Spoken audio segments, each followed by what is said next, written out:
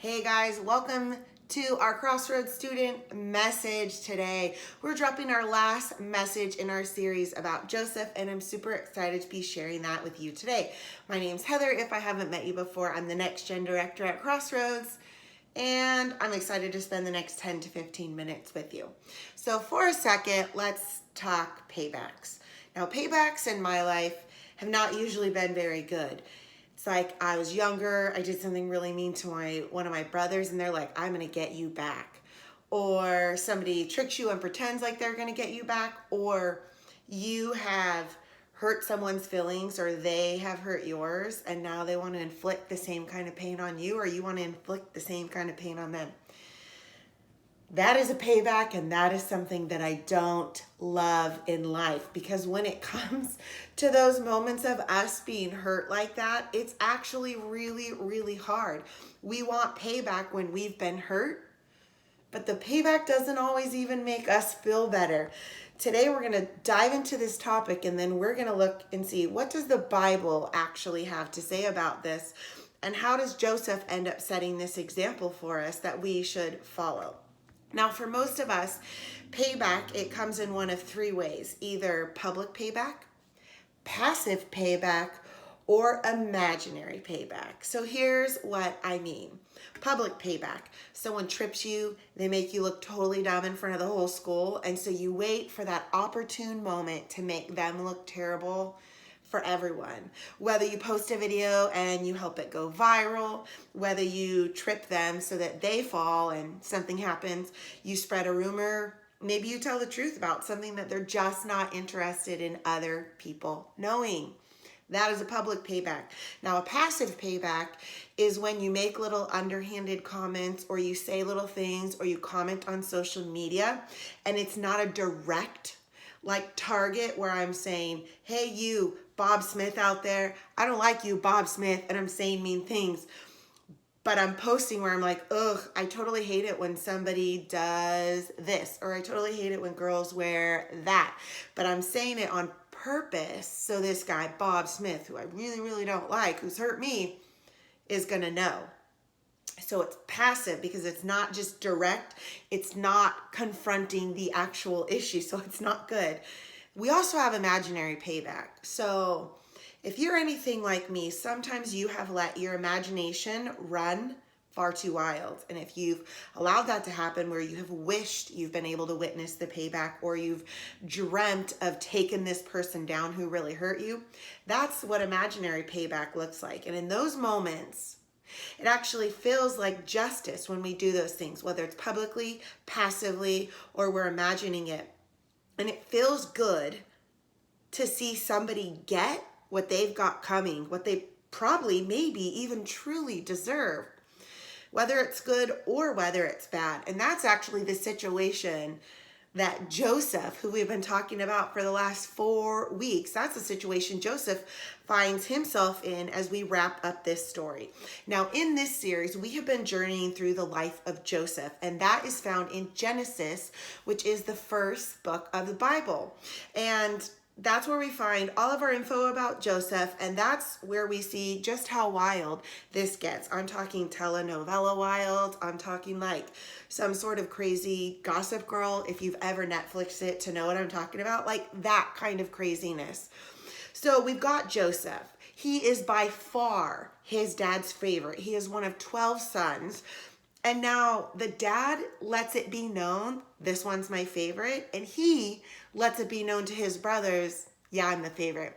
Even to the point of the dad buying him this fancy cloak, robe, jacket situation, and only for him, so it could be a visual sign to everybody of just how loved Joseph was by his dad.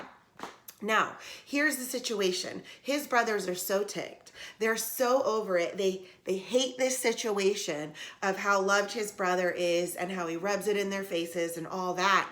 And they just say, all right, let's kill him, which is so drastic and such an overreaction. But for some reason, for them at this moment in time, now I remind you guys, this is a true historical biblical account of what happened. So this isn't just to help us understand a situation. This is actually a story that happened in history. Crazy.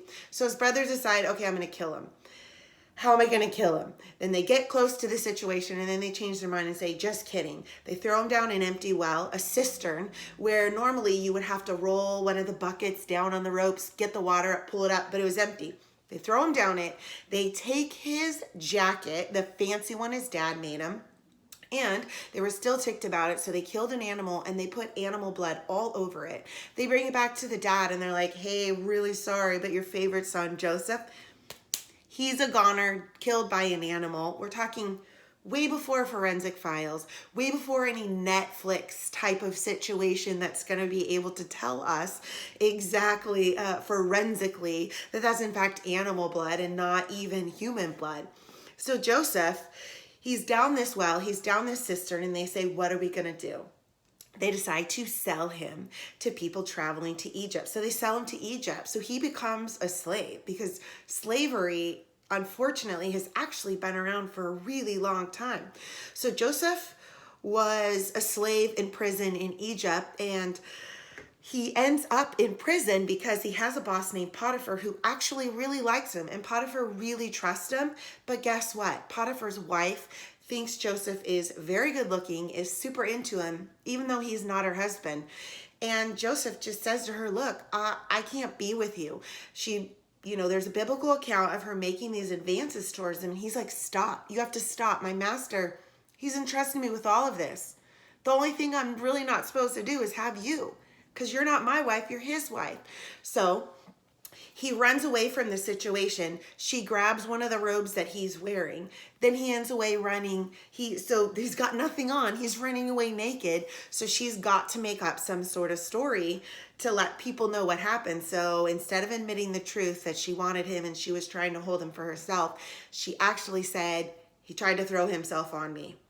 He tried to throw himself on me. So the master did what any good master would do if you thought that your slave tried to assault your wife, and that is put him in jail. So he goes to jail, but his master doesn't even know that's all based off of a lie. So now he's a slave, and now he's a slave in Egypt, in a foreign country, and he's in prison. And when he's in prison, Pharaoh, who's like a king back then, actually was having these dreams, and he said, I need somebody to interpret these for me. And Joseph was able to interpret the actual meaning of these dreams. And eventually, he's placed in this really high, honorable place. He's taken out of prison, all because he can answer all of the Pharaoh's dreams. He can interpret what it means. Then there's this total plot twist. After Joseph ends up becoming second in command in Egypt, which is insane because his brothers tried to murder him. His dad thought he was dead. He was sold into slavery. His boss's wife was trying to get with him. He ends up in prison, and now he's number 2 in all of Egypt. Number 2, only second to Pharaoh. And after Joseph became second in command, there ends up being a food shortage in the land. And Joseph's dad, his name was Jacob, and Jacob, still thinking that Joseph is dead and has no idea that he's alive in Egypt, actually sends his other sons, Joseph's brothers, to Egypt because they were out of food in their country and they were starving. So his dad was like, I need you guys to go try to help find some food. And at this point in the story, his family probably even assumed he was dead when his brothers sold him into slavery. It didn't leave us with the impression that they really cared what happened to him after he left. In fact, something crazy starts to happen because when the brothers end up arriving in Egypt, they see Joseph and they don't even know it's Joseph.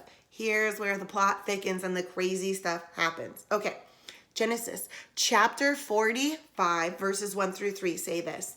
Then Joseph could no longer control himself before all of the attendants, and he cried out, have everyone leave my presence. So there was no one with Joseph, and he made himself known to his brothers. So he revealed to his brothers who he is. And he wept so loudly that the Egyptians heard him, and Pharaoh's household heard about it. Joseph said to his brothers, I am Joseph. Is my father still alive? But his brothers were not able to answer because they were terrified at his presence. Do you really blame them? No. because they were really, really awful to him and had this huge and extreme and a crazy response to everything that was happening in their jealousy. And so now we see that they're just shocked and terrified. I probably would be too. He says, I'm your brother Joseph, the one you sold into slavery. And now do not be distressed and do not be angry with yourselves for selling me here, because it was to save lives that God sent me ahead of you. For 2 years, there has been famine in the land, which means lack of food. And for the next 5 years, there's going to be no plowing and no reaping, which means none of the fields and the crops, if there's any, are even going to produce more food for the next 5 years. So that means famine for 7 years. I mean, we've been through this coronavirus right now just since the middle of March. And this feels like nuts. We're talking 7 years with little to no food. And here's what Joseph ends up saying. But God sent me ahead of you to preserve for you a remnant on earth and to save your lives by great deliverance. And he kissed all of his brothers and he wept over them. And afterwards, his brothers talked with him. Now, this is crazy. Joseph was face to face with the people who actually tried to kill him, who sold him into slavery. And now those same brothers who were so terrible to him, ironically, are here saying, Joseph, will you help us? And they don't even realize it's him at first. Now, what would you do? Honestly, what would you do? I don't know what I would do. The thought that my siblings who cared so little for me and valued my life so little would be coming to ask me for help, that would be a hard one for me to honor. I mean, would you be in a place where you would say, hey, I'm going to pay you back. I'm going to get you back because you've been awful to me? Would you help them? Would you ignore them? Because we see as the story continues that Joseph actually asked his brothers to walk over. This is in chapter 45, verses 4-7. He tells his brothers, hey, walk over to me. And then he looks really close to him. They look close at him and he looks close at them. Could you imagine the terror at that moment? When Joseph said, hey, don't be distressed and do not be angry with yourselves for selling me here. He was acknowledging that, hey, you're wrong. You actually made some terrible choices, but here's the deal, is that even though I'm hurt, I could choose to not create more hurt right now in this situation. Somewhere between being sold into slavery and being reunited with his brothers, Joseph did the hard work of giving his hurt to God and trusting God with that and allowing God to be central in his healing. Forgiveness, it was not only for his brothers, it was also for him, and it was for freedom from his pain. This is where we see God do the impossible in a relationship. It's where we see God bring peace, and it's where we see God take this hurt and take it away, all because of forgiveness. Not saying the choices they made were okay, but saying, I want to be the one to bear the burden of this hurt, and I want to relieve you from the pain of that. Because when you don't know what to do, pursue peace instead of payback. Another way to say this is when you can't see the big picture of everything that's going on, you can choose to forgive. You see, when you choose to forgive or when you choose to pursue peace, you fight for the relationship, which is really what we should be doing. When you pursue peace, you lay down your right to get payback, to move forward in that relationship. You see, each of us has a unique and a complicated situation that we're probably trying to figure out right now. And it might look like peace is not going to be an option we can pursue.